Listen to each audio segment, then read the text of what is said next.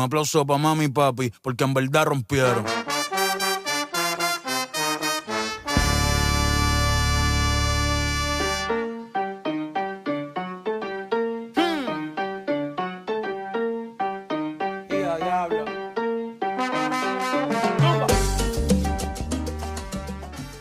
Halo, selamat siang semuanya. Apa kabar para pendengar setia Voice of Campus?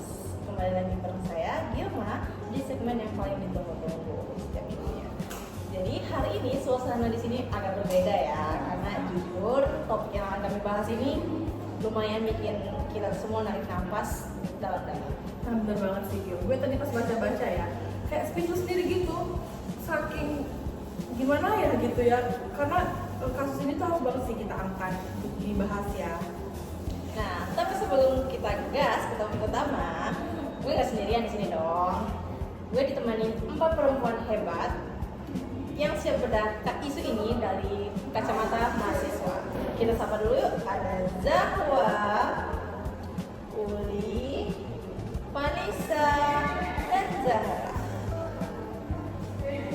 Halo Gil, halo semuanya. Excited banget nih, kita mau diskusi bareng lagi. Halo semuanya, semoga diskusi kita kali ini jadi pandangan baru nih buat para pendengar.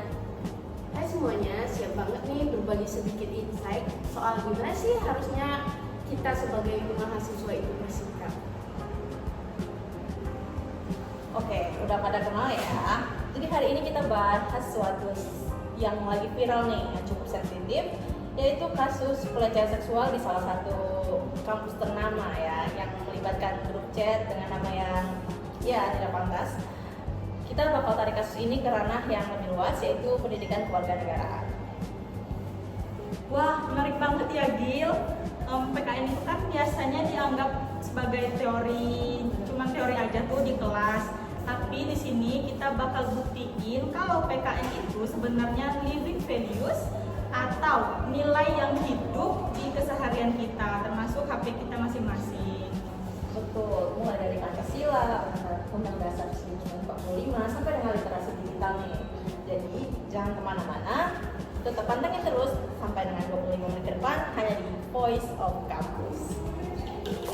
Kekerasan seksual berbasis digital di lingkungan Universitas Indonesia.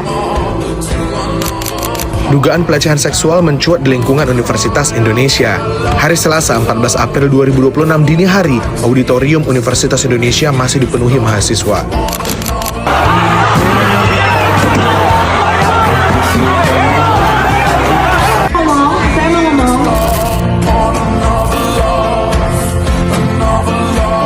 Oke guys, sebelum kita bedah dari kacamata hukum positif nih dan kebijakan kampus, kita perlu bedah akar masalahnya dulu nih. Kasus ini bukan cuma soal chat voucher ya, tapi juga degradasi moral di institusi yang katanya mencetak hukum. Bisa sebagai yang memantau utas dari Calistophenes dari awal, bisa nggak lo gambarin gimana sih gunung es itu akhirnya pecah tuh di April 2026 ini? Aduh, Gil, ini kayaknya emang bener-bener kayak waktu sih ya. Dimana awalnya aja cuma isu internal di FH studi, tapi begitu akun Calistophenes plus screenshot itu, publik tuh langsung meledak. Jadi grup ini yang awalnya eksklusif untuk anak-anak satu kosan doang, namanya kan grup Sumpel, isinya itu 16 mahasiswa angkatan 2023. Nah, menarik nih, sekaligus miris adalah sosok vice blower-nya inisial MT. Dia ini anggota grup ini juga. Dia buka suara karena ketahuan pacarnya. Di forum sidang kemarin dia mengaku merasa tertekan dan nggak bisa keluar grup. Tapi netizen melihat ini sebagai upaya penyelamatan diri karena dia juga ikut aktif di dalamnya. Bayangin aja deh, grup yang tadinya cuma ngurus kos-kosan berubah jadi wadah objektifikasi perempuan yang sangat masif selama berbulan tanpa ada undang-undang. Bener sih, gue sampai kayak waduh banget gitu. Pas baca aja tuh gila sih. Chat-chatnya tuh kayak masuk tuh kok bisa ya gitu. Nah, terus yang bikin masuk yang paling sesek itu adalah korbannya itu bukan cuma mahasiswa aja nih ternyata. Seangkatan atau adik kelas aku juga ada 7 dosen perempuan. Bayangin, dosen loh itu, dosen yang ngajarin kita kan. Nah ini gila sih, di dalam grup itu mereka membagikan foto dosen, bahkan dosen yang sedang mengajar atau foto profil media sosialnya, lalu dijadikan fantasi seksual yang sangat vulgar. Nah pas forum terbuka di live TikTok itu, banyak sih di vieweran TikTok ya, ada satu momen yang bikin merinding. Salah satu dosen korban itu hadir ternyata di sana. Beliau kaget pas tahu ternyata ada nama beliau di dalamnya, di dalam chat itu. Parah gak sih? Nggak expect sih. Terus ada juga frasa seperti diam berarti konsen, yang dimana itu adalah artinya diam berarti setuju. Maksud dari diam itu apa ya gitu kan? Maksud kita diam, kita setuju nih, kita dibercandain gitu kan. Nah itu juga komentar yang nggak layak diucapkan gak sih? Manusia terdidik loh, maksud mereka tuh kayak masuk di fakultas ternama, bener, salah satu top 1 lah gitu ya di Indonesia gitu kan. Jadi ini bukan sekedar bercandaan cowok, ini adalah serangan sistematik terhadap martabat perempuan di lingkungan akademik nih Gil. Gue setuju banget tuh sama kamu Zahwa, karena kalau kita bedah ke atas nih masalah ini kan di dalam gitu.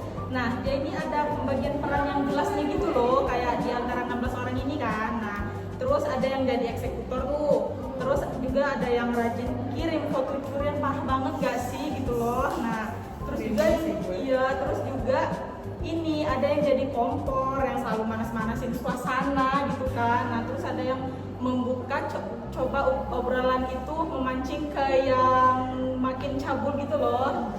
Iya kan, terus bahkan ada yang statusnya itu ketua angkatan malah. Gak expect kali gak sih gitu kan. Nah terus disinilah letak ironisnya di fakultas itu kan. Nah terus tuh juga orang ini percaya bahwa yang memimpin satu angkatan justru menjadi bagian dari lingkaran pelecehan ini. Terus bahkan ada pelaku yang tega menjadikan pacarnya sendiri menjadi bahasan di grup itu. Jujur, expect ya. Pacar sendiri loh dibahas jadi objek. Oh iya. Wow. Terus juga ini menunjukkan adanya budaya toksik masculinity yang sangat kuat, di mana menjatuhkan harga diri perempuan dianggap sebagai cara untuk bonding atau terlihat keren di mata teman-temannya. Nggak keren ya kalau gitu ya. Masa keren menjatuhkan perempuan? Ya nggak. Signo ya guys. Tunggu dulu nih. Menarik poin-poin tadi soal bonding. Jadi mereka merasa kalau nggak ikut kekerasan, melecehkan, mereka nggak dianggap sebagai bagian perempuan itu. Berarti ada peer pressure di sana ya. Nah, bisa jadi tuh Gil. Tapi ya dalam hukum tuh sebenarnya peer pressure itu tidak dibenarkan loh. Apalagi mereka tuh yang membuat publik makin marah tuh, mereka tuh ada label anak kuku ini. Benar. Salah satu kampus ternama ya. Di masa depan mereka akan jadi penegak hukum di Indonesia pasti gitu. Nah, mereka juga diajarkan tuh tentang UU TPKS. Nah, diajarkan tentang hak asasi manusia, tapi di dalam praktiknya mereka malah jadi agen of harassment. Jadi pelanggar. Awalnya tuh respon kampus tuh kayak menutup-nutupin, apalagi ada orang tuanya tuh di belakangnya. Karena maaf ya, orang tuanya kan ada gimana ya, petinggi juga kali gini, maksudnya memiliki kekuasaan gitu kan. Jadi mungkin udahlah bisa ini gitu, karena ada duit kan. Iya kan, bener itu. Gue liat live-nya bener-bener kayak parah sih gitu, nggak nyangka sebenarnya lancar sih. Iya, nggak bener bisa. Tapi semakin banyak dari desakan dari X tuh, jadi ada bukti-bukti foto juga para pelaku tuh. Nah, jadi pihak dekanan itu bergerak transparan kayak ini. Puncaknya ya pada sidang terbuka malam kemarin, suasananya chaos banget. Nanti ini jangannya kalau nggak ketahuan nggak bakal. Iya, bakal berlanjut ya. Nah juga ada salah satu pelaku itu dia nangis-nangis minta maaf dengan mantan pacarnya karena speak up, tapi publik tuh pasti muak. Dia nangis karena ketahuan bukan karena menyesal. Dan juga mereka tuh takut di DO kali ya, makanya minta maaf. Tapi seharusnya sepadan sih karena sama yang perbuatan dia kan.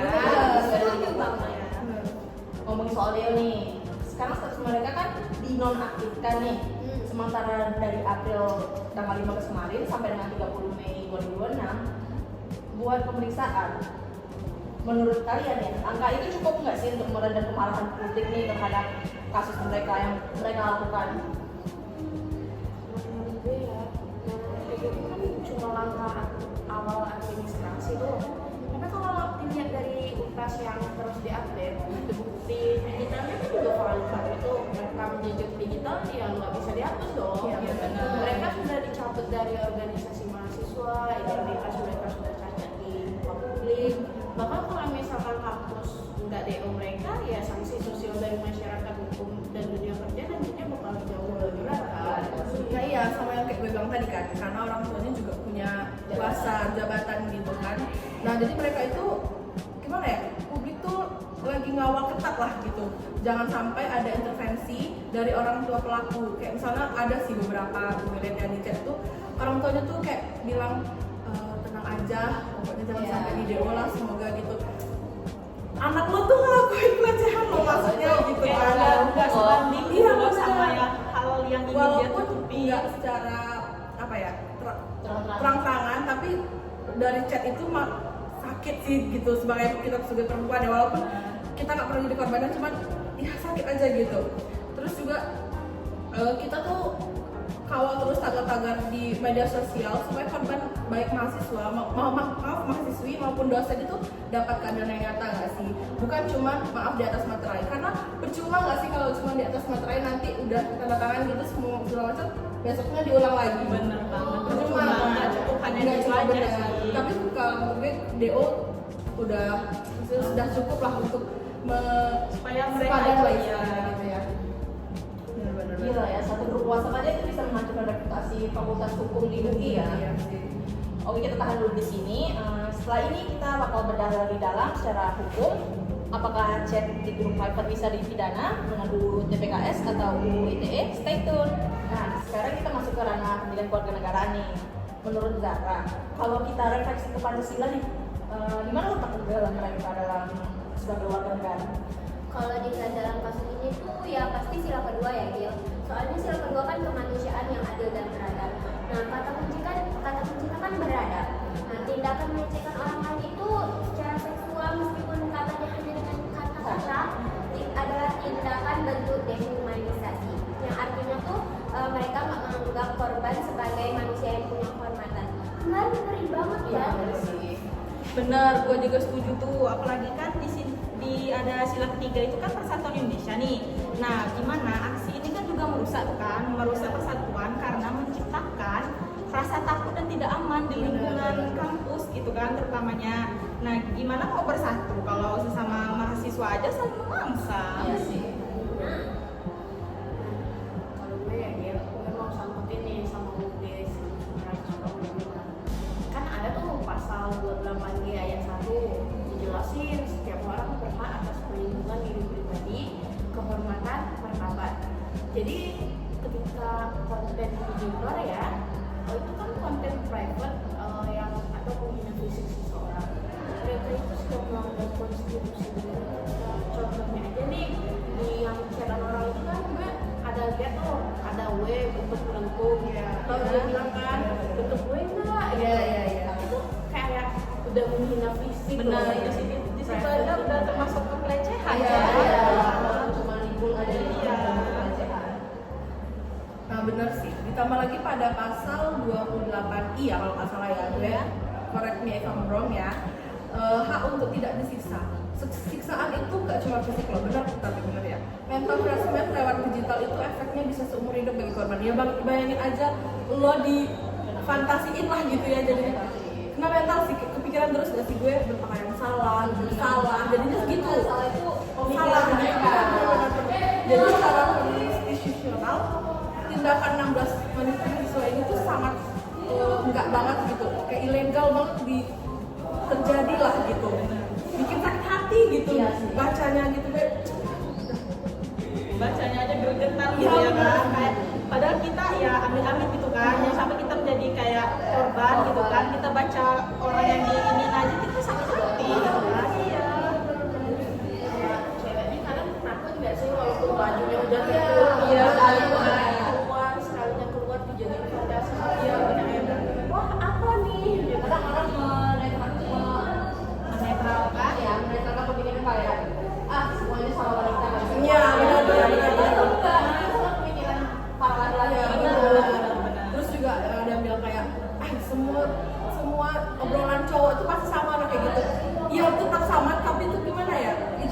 membenarkan ya gitu karena ya gimana kalau misalnya kalau cowok dilecehin gimana gitu kan, kalau misalkan cewek itu semua kelakuan kegiatan itu pasti ada bentuk-bentuk dilecehin gitu kan. Jadi cewek tuh gimana ya, mau udah menjaga diri nih tapi bukan dari diri kita, dari orang lainnya gitu loh. Dari orang lainnya udah nganggap kita tuh kayak pakai baju udah bener nih pakai bajunya salah Ya, karena salah gitu. pemikiran cowok Pemikiran itu benar gitu kan. dari pemikiran cowoknya mikir kita tuh kayak bisa nih gitu karena dia Iya, lihat tadi kan dia benar, melakukan tadi kan gitu Kali ini mungkin pembelaan gitu ya. Kan ini ruang private nih. Kami punya hak demokrasi dong buat ngomong apa aja dalam itu. Menurut lo gimana tuh? nggak banget juga sih karena walaupun demokrasi kan itu tetap gimana ya, ruang publik dia kan walaupun itu privacy sih catatannya, tapi tetap aja sih kayak karena ada pemancingnya kali ya, kayak pemetiknya ada gitu, jadi setiap dia mancing nih dia pasti nyaut semuanya. Dan walaupun yang tadi dibilang Fani ya MK tadi kan si yang penyebar whistleblower-nya itu dia tuh kayak kenapa lu gak ngomong dari awal gitu kan ya kan kenapa lu salah, kenapa gak terus alasannya karena itu untuk kosan dan segala macam. Kayak make sense gak sih kalau itu untuk kosan tapi membahas hal yang seperti itu gitu kan. Iya terus dia juga ada sih lihat ya si siapa sih namanya Vero masalah ya, itu tuh yang benar-benar bikin gue demek banget gitu. Dia tuh kayak benar-benar gini, maaf ya teman-teman, dia tuh bilang gini, bisa nih jadi bahan gesekan. Maksudku gak cuma begini, dia tuh duduk di depan di belakang cewek. Jadi tuh cewek tuh di depan dia terus dia fotoin gitu, dia bilang bisa nih jadi bahan gesekan. Udah nggak aman, nggak hilang gitu kan teman-teman. Bener sih. Nah ngomongin demokrasi tadi ya, itu tuh salah kaprah sih kalau kata gue ya. Demokrasi itu kan demokrasi kita itu bukan liberal tanpa batas, tapi kita itu demokrasi Pancasila yang dibatasi oleh aturan hukum dan etika, bener kan? Pasal 28D Undang-Undang Dasar 1945 itu bilang kalau dalam menjalankan hak dan kebebasannya setiap orang itu wajib untuk tunduk kepada pembatasan yang ditetapkan dengan undang-undang. Ih bener banget Zahwa, dan apalagi kan sekarang nih kita kan udah punya tuh senjata baru yaitu undang-undang TPKS atau tindak pidana kekerasan seksual kan. Nah di sana itu juga diatur soal pelecehan seksual non fisik. Jadi meskipun mereka cuma ngetik atau cuma sekedar kirim stiker porno, nah itu bisa dipidana. Dan juga kita kan punya undang-undang ITE kan. Nah, mendistribusikan konten yang melanggar keasusilaan di ruang digital itu ancamannya nggak main-main loh. Jadi dalih yang katanya cuma ruang privat nih itu gugur kalau di dalamnya ada tindak pidana. Gue mau nambahin sedikit nih Zahra. Nah soal kewajiban warga negara, kita sering kan nuntut tapi lupa kewajiban kita itu ya menghormati hak asasi orang lain. Di kasus ini kan 16 orang itu kan gagal total menjalankan kewajiban paling dasar sebagai manusia. Betul ya. Makanya nih kayak yang Zahra bilang kan tentang siapa sih si Vero? Ya, si Bella kan. Dia bilang di depannya nih cewek ini enak nih buat gesekan gitu.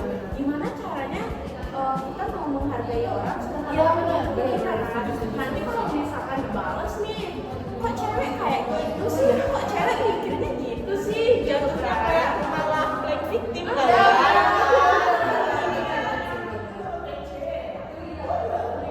Jadi kita simpul kayak kita itu harus sendiri sebenarnya tahu melakukan TPKS dan seksual dengan UITE ya, walaupun itu dalam hal private ya, dalam private gitu. Oke, sekarang kita ke konsep yang mungkin terkena berat ya sama mahasiswa bela negara. Uli, apa hubungannya kasus grup chat mesum ini sama bela negara? Aduh Gil, gini ya Gil, menurutku nih bela negara itu nggak harus perang gitu kan. Nah, bangsa yang besar itu dilihat dari bagaimana mereka memperlakukan perempuan dan kaum rentan. Kalau calon pemimpinnya aja punya mentalitas pelece gitu kan. Nah itu tuh juga termasuk ke ancaman buat ketahanan nasional kita dari dalam sih sebenarnya. ini juga soal literasi sih ya, literasi digital itu warga negara itu. Kita kan sering bangga tuh jadi netizen yang paling cerewet, keluar-keluar ini segala segala macam kan, tapi literasi digital kita rendah. Terus kita juga nggak sadar kalau setiap people kita yang mencerminkan diri kita semakin. Nah, menjadi digital citizen yang baik itu bagian dari teori era internet sekarang sih. Benar juga sih. Kasus ini juga bukti nggak sih bagi kalau kurikulum kita itu perlu menekankan sih etika digital yang banyak, yang mana itu mahasiswa sekarang banyak banget dong internet di ya kan, akuntansi ya juga, tapi dia nggak paham nih gimana kalau internet itu ada hukum dan moral yang harus dijaga.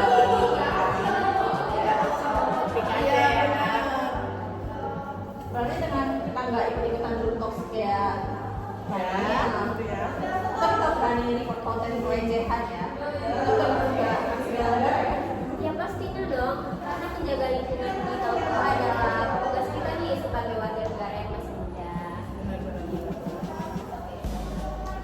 Nggak terasa udah hampir setengah jam ya kita bahas hal ini, diskusi yang sangat padat ini. Sebelum kita tutup, gue mau minta closing statement secara singkat nih dari masing-masing narasumber. Boleh Miguel, mahasiswa itu kalau intelektual kan ya. Jadi jangan biarkan nafsu dan ego di grup chat itu menghancurkan masa depan dan martabat kalian guys. Jadi think before you type, okay? Oke, kalau dari aku nih, Pancasila kan juga jangan cuma dihafal buat ujian aja nih. Bener kan? Nah, terus juga tapi tuh dijadiin filter. Kalau kita mau ngetik sesuatu itu, coba tanya kepada diri kita sendiri, ini manusiawi nggak ya? Ini beradab nggak ya? Gitu kan? Kalau aku sih, mari kita jadi warga negara yang berintegritas ya. Integritas itu tentang melakukan hal yang benar, meskipun juga ada yang benar-benar termasuk di dalam kekuatan kualitas. Kalau pesan aku nih buat para korban, kalian jangan takut sendiri. Karena negara kita itu negara hukum kan, kita punya hukum untuk melindungi kalian semua. Dan untuk para pelaku nih, jejak digital kalian tuh nggak benar-benar hilang kok.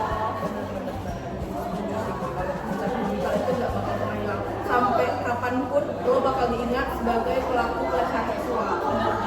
Itu label yang Ya benar, itu akan reminder terus kalian ke kayak gue dulu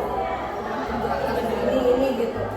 Kalau itu bakal mempersulit mereka dalam mencari cara-cara. Benar, kan itu coreng ya gitu namanya ya.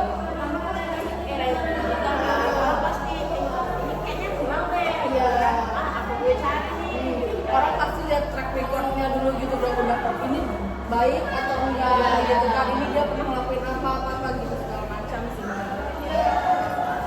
Luar biasa ya percakapan hari ini. Makasih banyak untuk Zarwa, Uli, Vanessa, dan Zahra atas waktunya hari ini yang sangat bermanfaat ya diskusi kita hari ini. Oke, teman-teman pendengar, kasus ini adalah alarm untuk kita semua bahwa pendidikan tinggi itu nggak menjamin adab kita semua, dan itu juga tanggung jawab kita untuk memperbaikinya. Wow, makasih ya. Gue Gilma, Gue Zahra, Gue Uli, Gue Fani. Gue Zahra. dan seluruh tim Voice of Campus pamit undur diri. Tetap kritis, tetap beradab, dan jadilah warga negara yang membanggakan. See you on the next video. bye.